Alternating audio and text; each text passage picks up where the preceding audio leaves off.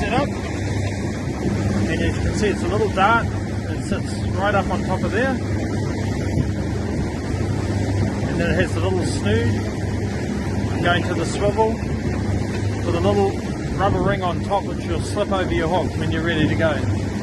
What I like to do when I'm getting ready to rig up is I push it straight into the sponge and it just sits there and won't come apart.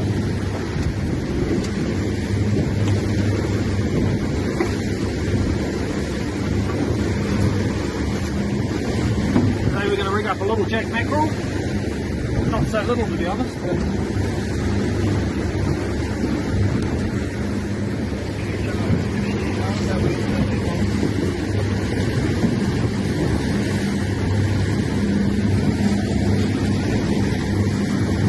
the trick is to hold the swivel and keep it taut on the dart, and then we're just going to try and put it right through the front of his nose right here, so straight in.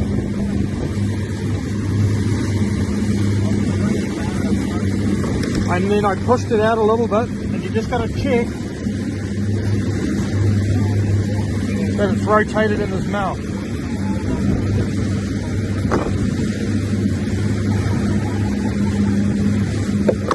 See, like that?